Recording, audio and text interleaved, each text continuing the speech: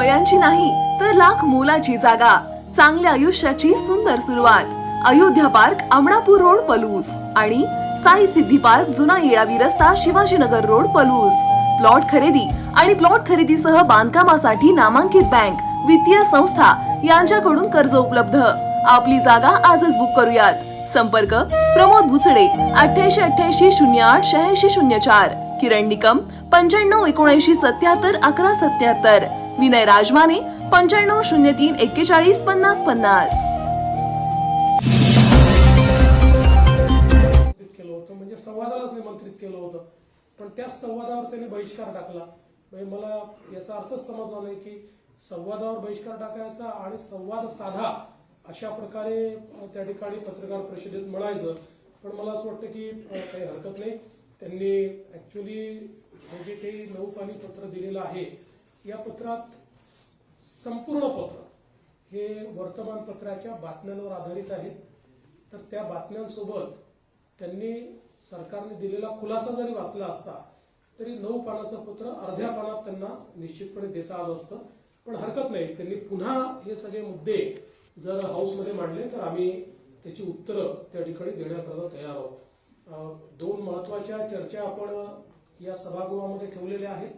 8 मार्चला पुण्यश्लोक अहिल्यादेवी होळकर यांच्या 300व्या जन्मशताब्दीच्या निमित्ताने एक चर्चा आपण ठेवली आहे, ज्याच्यामध्ये महिला दिन असल्यामुळे सक्षमीकरणाचा जो सगळा मुद्दा आहे त्या अनुषंगाने ही चर्चा एक सकारात्मक अशा प्रकारची चर्चा आहे.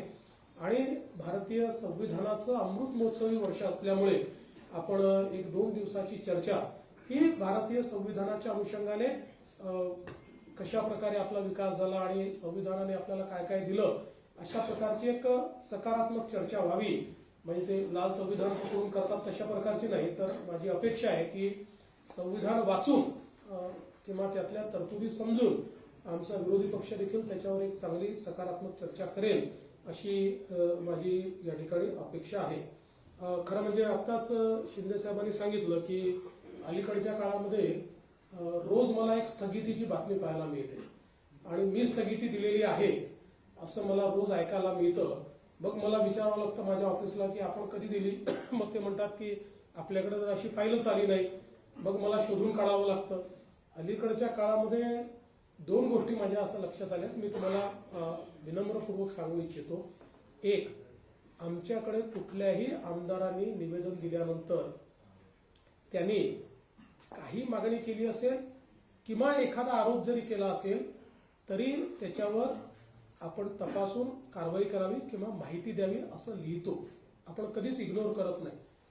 असं पत्र गेलं म्हणजे चौकशी सुरू झाली, असं पत्र गेलं म्हणजे आता त्याच्यावर स्थगिती आली, अशा प्रकारच्या बातम्या करणं हे थोडं बाळबोध आहे असं नसतं. कारण कुठल्याही वेळेस आपल्याला कारवाई करायची असेल किंवा स्थगिती द्यायची असेल, दुसरी बाजू आल्याशिवाय आपण अशा प्रकारे कधीच करत नाही.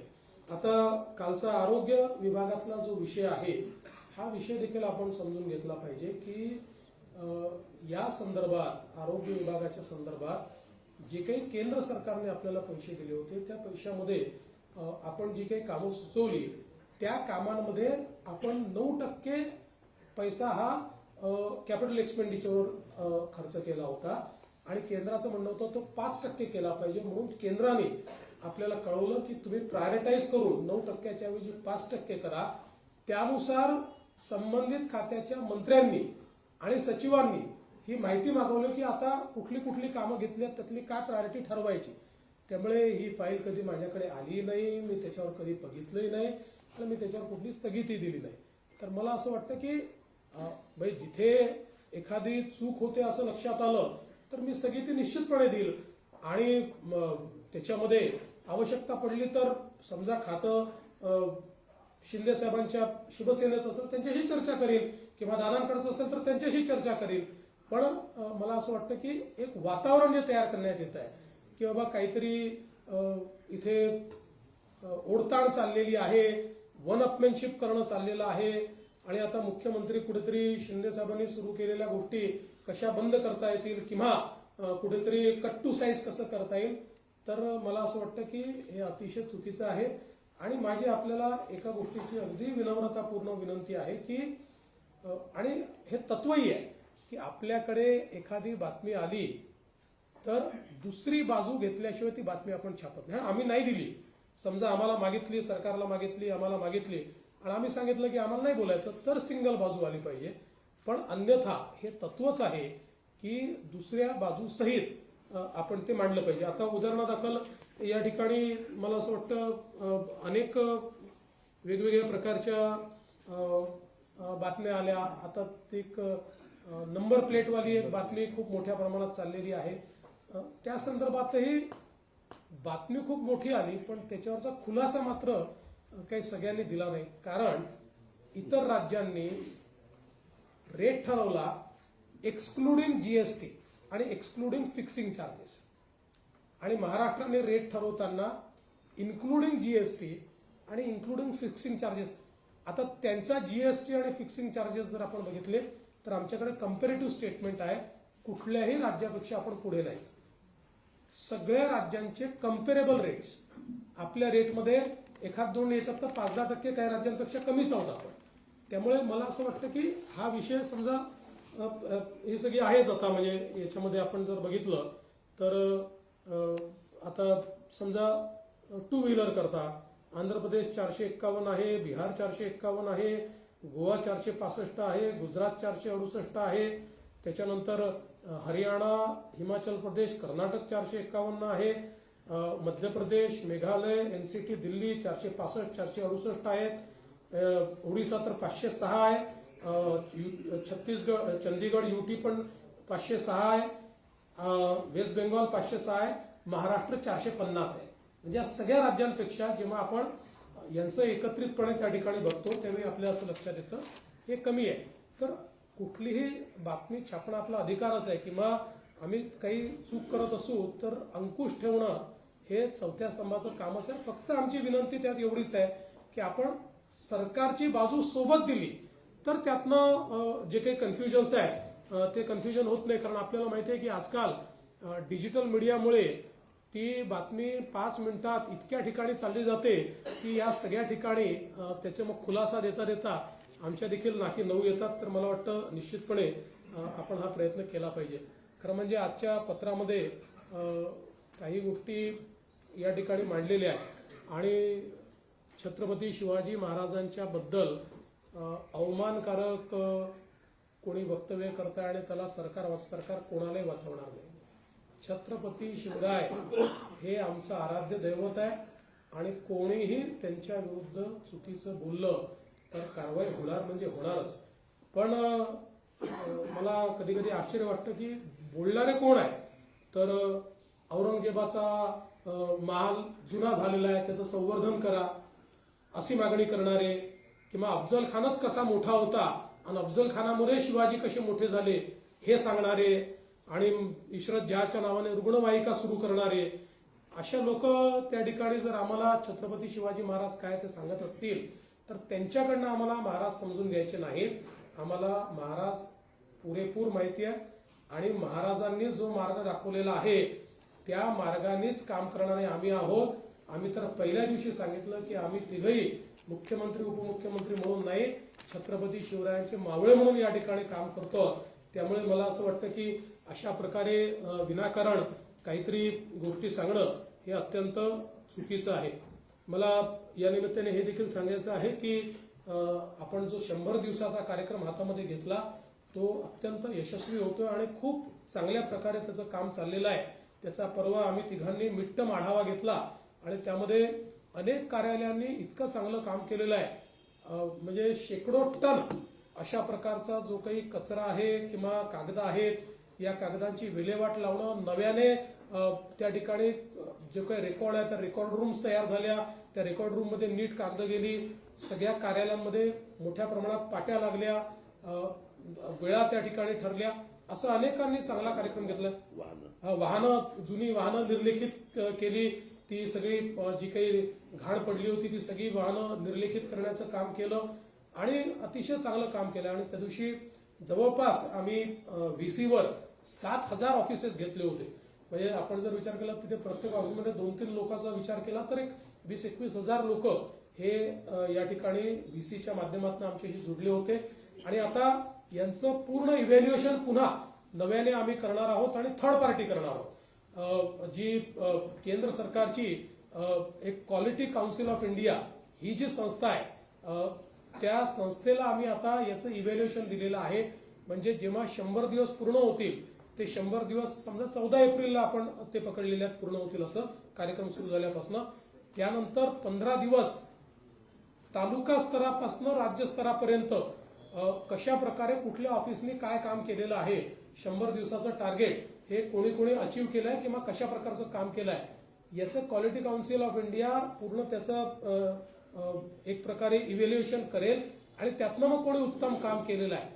आणि आम्ही असे ठरवलेलं आहे की एक बेंचमार्क मार्क्स आम्ही ठरवणार आहोत. त्या बेंचमार्क मार्क्सच्या खाली जे असतील ते मात्र निगेटिव्ह इंडेक्समध्ये आम्ही घेणार आहोत की हे नॉन परफॉर्मिंग ऍसेट्स आहेत. अशा प्रकारे आम्ही त्यांचा नामाभिमान त्या ठिकाणी करणार आहोत. त्यामुळे मला असं वाटतं की एक अतिशय चांगलं हा जो विषय आहे हा आपण निश्चितपणे केलेला आहे. या अधिवेशनामध्ये एकूण जी काही संयुक्त समितीकडे प्रलंबित विधेयक आहेत तर एकच विधेयक संयुक्त समितीकडे प्रलंबित आहे. विधानसभेत एक विधेयक प्रलंबित आहे आणि नवीन आतापर्यंत 5 विधेयकं ही आपण त्या ठिकाणी प्रस्तावित केलेली आहेत. ज्याच्यामध्ये महाराष्ट्र जमीन महसूल संहिता आहे, महाराष्ट्र हॉटेल उपहारगृहे असे एक त्या ठिकाणी आहे, महाराष्ट्र विनियोजन विधेयक आहे, पुरवणी विनियोजन विधेयक आहे आणि महाराष्ट्र महामार्ग सुधारणा विधेयक आहे. अर्थात दरम्यानच्या काळात अजून काही विधेयकं ही त्या ठिकाणी येतील. सगळ्या विधेयकांवर योग्य अशा प्रकारची चर्चा करण्याची आमची तयारी आहे आणि सभागृहामध्ये जास्तीत जास्त चर्चा झाली पाहिजे अशा प्रकारचा आमचा प्रयत्न असेल. आणि त्यासोबत आम्ही माननीय अध्यक्षांनाही विनंती करणार आहोत आणि प्रतोदांनाही विनंती करणार आहोत की जे नवीन सदस्य निवडून आलेले आहेत त्यांना देखील संधी जास्तीत जास्त मिळाली पाहिजे जेणेकरून त्यांच्या मतदारसंघातल्या गोष्टी त्यांना मांडता आल्या पाहिजे. एक गोष्ट अजून या ठिकाणी सांगतो की सोयाबीनच्या खरेदीच्या संदर्भात 10% खरेदी झाली अशा प्रकारचं एक पत्रामध्ये लिहिलेलं आहे. खरं म्हणजे एक्झॅक्ट आकडा तर जयकुमारजी सांगतील मला, पण गेल्या 15 वर्षाच्या इतिहासातील सर्वाधिक खरेदी जी होती त्याच्यात 10 पट जास्त खरेदी झाली. त्यामुळे आजपर्यंत आता अक्षरशः गोडाऊनमध्ये जागा उरलेली नाही. तूर खरेदी करण्याकरता नव्याने खासगी गोडाऊन आम्हाला भाड्याने घ्यावे लागले. इतक्या मोठ्या प्रमाणात ही खरेदी आपण केलेली आहे. त्यामुळे मला असं वाटतं की त्याचे आकडे हे आम्ही विधानसभेत देखील या ठिकाणी सांगू. या अधिवेशनामध्ये राज्याचं बजेट अजितदादा मांडणार आहेत. अतिशय चांगलं अतिशय बॅलन्स बजेट हे या ठिकाणी आम्ही मांडू. जरीही वेगवेगळ्या योजनांचा स्ट्रेस हा आमच्या बजेटवर असला तरी आर्थिक शिस्त पाळण्याचा प्रयत्न हा आम्ही त्यातही केलेला आहे. आपली साधन संपत्ती कशी वाढवता येईल, कुठल्याही परिस्थितीमध्ये कॅपिटल एक्सपेंडिचरवर त्याचा परिणाम होणार नाही, कॅपिटल एक्सपेंडिचर करता काय वेगवेगळ्या पद्धती असू शकतील, अशा सगळ्या गोष्टींचा विचार करून एक बॅलन्स बजेट देण्याचा प्रयत्न या ठिकाणी आम्ही करतो आहोत. आणि आमच्या फ्लॅगशिप स्कीम्स कुठल्याच आम्ही त्या ठिकाणी लाडकी बहीण बंद होणार वगैरे असं काही नाही.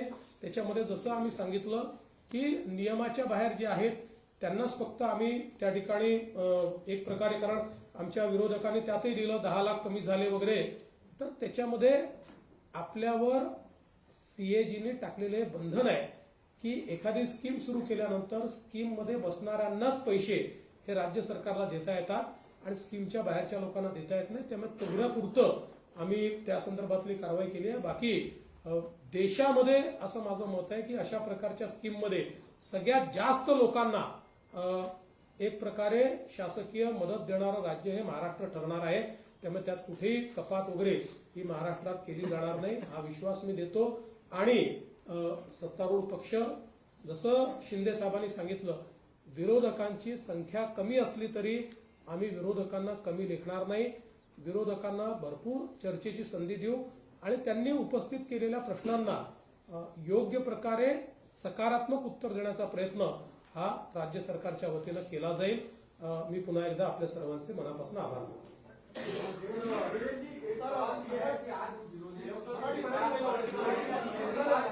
आपके ऊपर अलग अलग तरीके के सवाल पूछ रहे थे, लेकिन उनके भीतर जो बड़े नेता थे वो सभी वहां से गायब थे, इसको कैसे देखते हैं? और एक दूसरा सवाल, कानून व्यवस्था को लेकर के वो लगातार टारगेट कर रहे हैं। देखिए, आज विरोधी पक्ष को हमने चाय पान पर बुलाया था, लेकिन उन्होंने बहिष्कार डाला। उन्होंने एक बैठक की, जिस बैठक में उनके कोई बड़े नेता नहीं पहुंचे। कांग्रेस के लोग बैठक समाप्त होने के बाद पहुंचे। एक 9 पन्ने का उन्होंने हमको पत्र दिया है, जिसमें 9 लोगों के नाम है, 7 लोगों की साइन है, और उस पत्र में ऐसे मुद्दे उन्होंने उठाए हैं कि जो केवल उन्होंने प्रेस में से लिए हुए मुद्दे हैं। अगर हमने दिए हुए उसके जवाब वो देख लेते तो शायद आधे पन्ने का भी वो लेटर हमको नहीं दे पाते, लेकिन फिर भी उन्होंने इन विषयों को सभागृह में भी उठाया, तो हम निश्चित रूप से उसके ऊपर पूर्ण रूप से जवाब देंगे। साथ साथ जिस प्रकार से अलग अलग चर्चाएं आपने कहा जो चल रही है, तो उसका भी अभी अभी मैंने जवाब दिया हुआ है कि हमारे सत्तारूढ़ पक्ष में हम लोग सब साथ में मिलकर काम कर रहे हैं, और किसी चीज को स्टे कर दिया और सीएम ने उसको रोक दिया, इस प्रकार की जो बातें ये बिल्कुल गलत है, ये अफवाहें भी है। और हमारी तो सभी को हमारा निवेदन है कि कोई भी खबर देते समय ये तत्व भी जो खबरों का है कि सामने वाले की, यानी जिसके खिलाफ खबर जा रही है, उनकी भी क्या साइड है, उस साइड को साथ में देना। लेकिन मैं ऐसा मानता हूं कि अनफॉर्चुनेटली उसका पालन नहीं हुआ है, तो आगे उसका भी पालन होगा, तो इस प्रकार की चीजें जो है सामने नहीं आएगी। कानून व्यवस्था पर भी जितने चर्चा वो करना चाहते हैं उतनी चर्चा निश्चित रूप से वो करें। मैं तो ऐसा मानता हूं कि कानून व्यवस्था की चर्चा के कारण उसका फायदा ये होता है कि पुलिस विभाग में भी एक प्रकार से उससे दक्षता ज्यादा पुलिस विभाग की बढ़ती है। बाकी उनके हर मुद्दे को हम अच्छे तरीके से जवाब देंगे, और अगर कोई अच्छा सजेशन वो देंगे तो सजेशन भी हम लोग मान्य करेंगे। सर, रक्षा खडसेंच्या मुलीच्या बाबतीत जो प्रकार झाला, जयंत पाटील आता ट्विट करत म्हणाला की तुम्ही असं म्हटलेलं आहे की एका विशिष्ट पक्षाचे कार्यकर्ते या गुन्ह्यामध्ये सामील असल्याचं दिसून येत आहे। थेट आव्हान दिले की अशा पक्षाचं नाव तुम्ही जाहीर करावं। असं आहे की या संदर्भात रक्षाताईंशी माझं बोलणं झालं। रक्षाताईंनी मला काही माहिती दिली, त्या माहितीच्या आधारावर मी या ठिकाणी बोललेलो आहे, आणि मला असं वाटतं की आता त्या प्रकरणामध्ये कारवाई केलेली आहे, आणि कुठल्याही नेत्याने त्या ठिकाणी कारवाई करू नका असं म्हटलेलं नाही। मला असं वाटतं अत्यंत दुर्दैवी घटना आहे, आणि अशा प्रकारे हा जो काही प्रकार आहे, या प्रकाराला आम्ही टॉलरेट करणार नाही। कोणीही असलं तरी त्याच्यावर कारवाई ऑलरेडी केली आहे आणि कारवाई करणारच।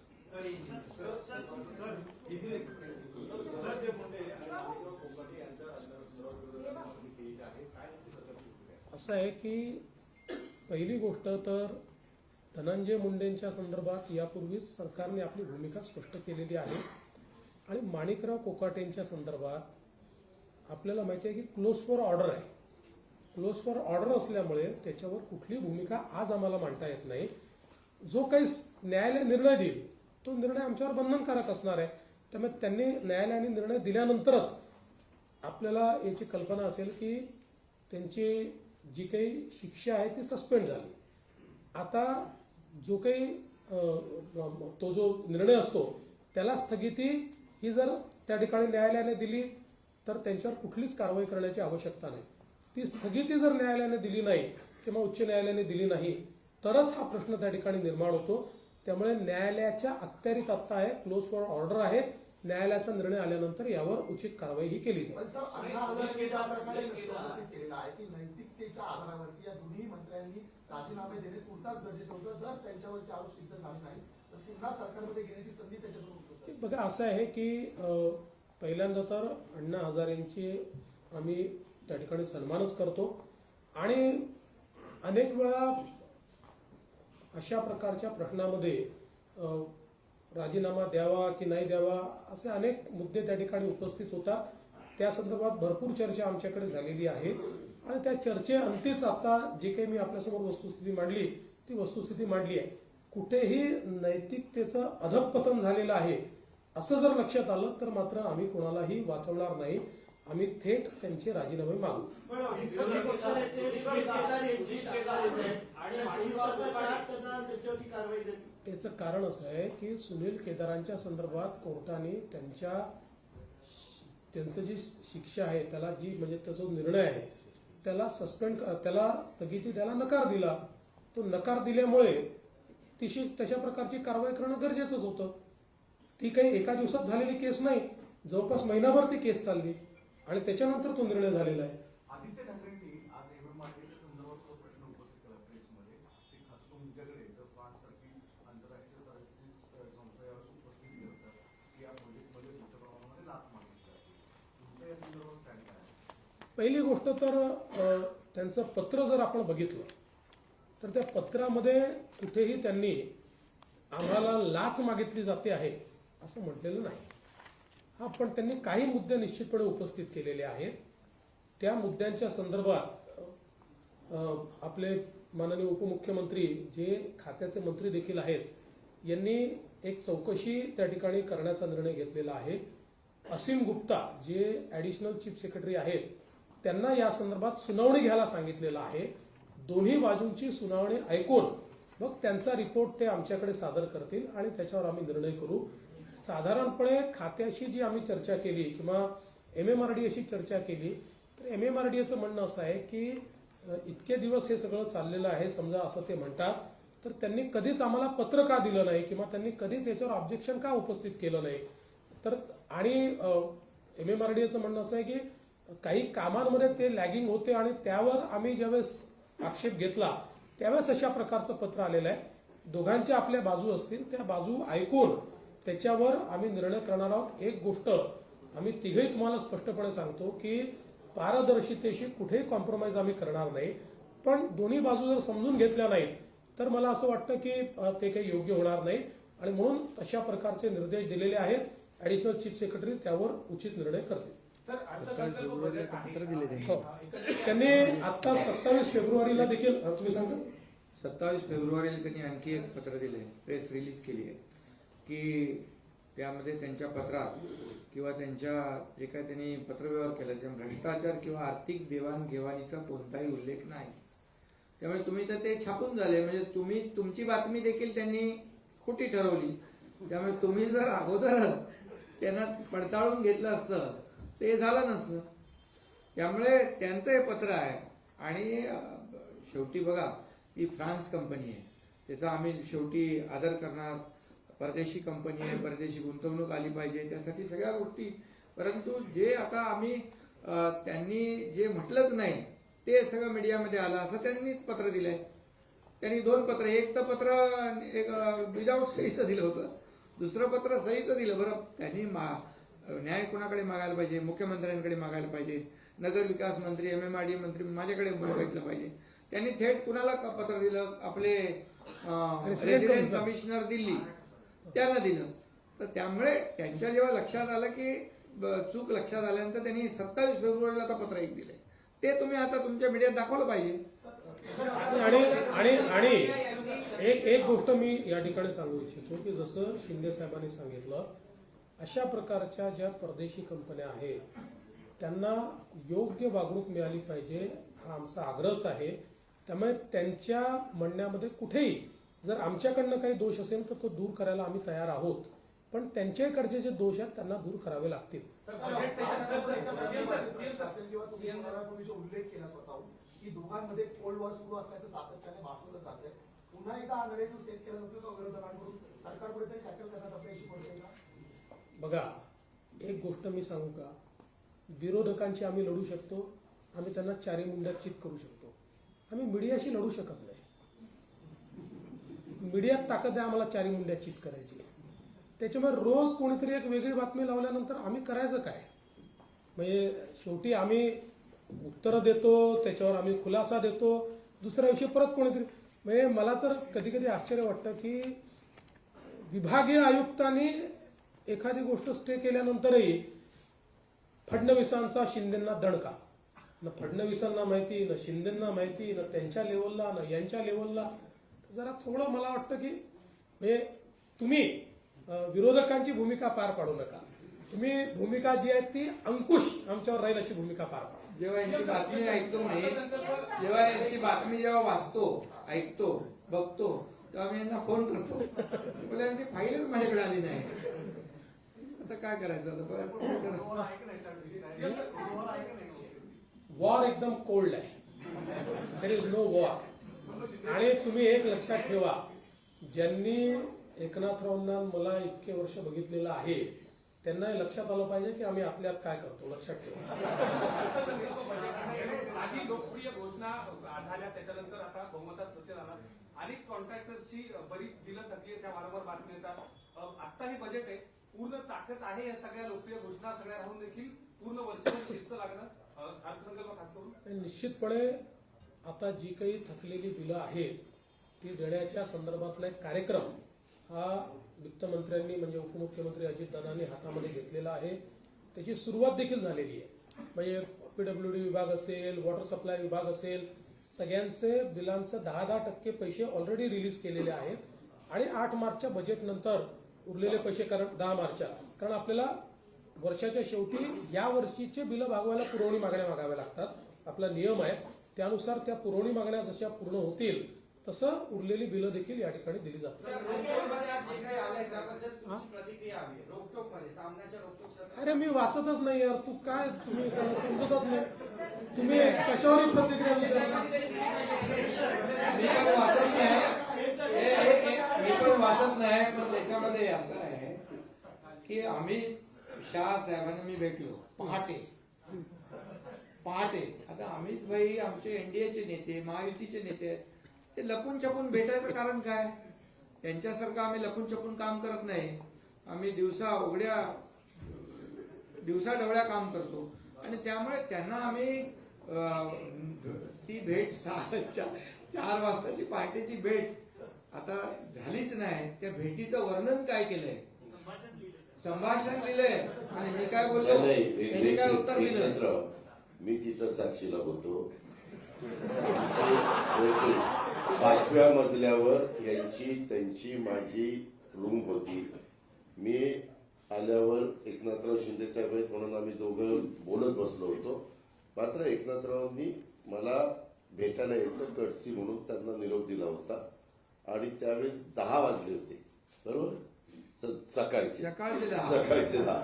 आणि तिथं ते गेले, ते भेटले, बुके दिला आणि लगेच आम्ही सगळे खाली त्या कॉन्फरन्सला 4 राज्यांच्या गेलो. ही वस्तुस्थिती आहे. आणि त्यावेळेस मी पण होतो. नाही, आता काही लोकांना दिव्य दृष्टी झालेली आहे. महाभारतातलं संभाषण दिव्य दृष्टी. तिकडे संजय आणि धृतराष्ट्र होते. पूर्वी ते काळा पहाड वगैरे असे ते जे हे याचे ना काय आपले पुस्तकं, तशी आता परिस्थिती झाली आहे रोज. पण मी एक सांगतो, सलीम जावेदची आता यांची कॉम्पिटिशन चाललेली 100%. एवढ्या स्टोऱ्या मॅन्युफॅक्चर जे करतात ते नाही. त्याच्यामध्ये काय आहे, सवाल जबाब दिलाय. आता मला नंतर सांगितलं कोणी सवाल, म्हणजे मी हा म्हणजे आता त्या पराभवामुळे त्यांचा केमिकल लोचा झालाय, तुमचं काय झालेलं नाही ना. आणि संजयनी धृतराष्ट्र आणि कौरवांची वाट लावली ते तुम्हाला माहित आहे. आणि आता इथं असलेले दूरदृष्टीवाले कुणाची वाट लावतात तेही माहित आहे.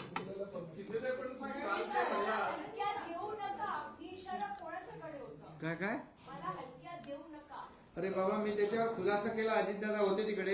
एक मिनिट, मी तुम्हाला सांगतो. नाही तुम्ही बघा, असं आहे, आम्ही तो हलक्यात घेतच नाही की नाही त्यांना. मग घेण्याचा प्रयत्न कोण करतात? त्यांना थोडं आलो. मी तर त्यांना सगळ्या जाहीरपणे सांगतो ना. मी काय थोडं लपून नाही. मी हलक्यात घेऊ नका. ज्यांनी हलक्यात घेतलं त्यांना टांगापलटी करून आलोय. काल म्हणाला की माझ्या बदनामीची मोहीम चालू आहे, मग ती कुणाकडून चालू आहे? विरोधकांकडून चालू आहे असं तुम्हाला वाटतं? मीडियाकडून चालू आहे की सत्ताधाऱ्यांचे कोणी सांगितले? अरे बाबा, आताच मी तुम्हाला सांगितलं ना. मी म्हणजे दिवसा रात्री उठता बसता जळी स्थळी पाशानी काशानी काय म्हणतो त्याला, एकनाथ शिंदेच दिसतो. आणि कुणाकडून म्हणजे आता काय रोकटोक मध्ये काय आलंय?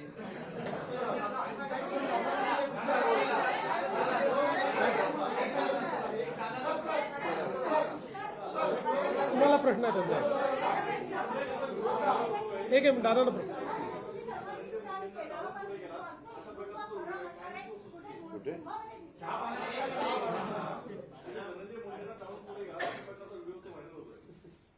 व्हिडिओ व्हायरल होतो. त्यांच्यासोबत चहा प्यायला ते होते ना, गप्पा मारत होते दोघं, ते नाही दाखवलं तुम्ही. आता ते माझ्याबरोबरच होते आणि आता मुख्यमंत्री महोदय पु ल देशपांडे सभागृहाच्या उद्घाटनाला निघालेले आहेत आणि त्यावेळेस धनंजय मुंडे माझ्याबरोबर आहेत. वाटल्यास आपण परवड चला. केलेला होता त्याला आता साफ होण्याचा प्रयत्न होतोय असा विरोधक सातत्याने म्हणतात आणि त्याचे पडसाद अर्थसंकल्पात असं सुद्धा त्यांचं म्हणणं आहे. ते हे विरोधकांचं स्वगत आहे, स्वगताला उत्तर देता येत नाही. चला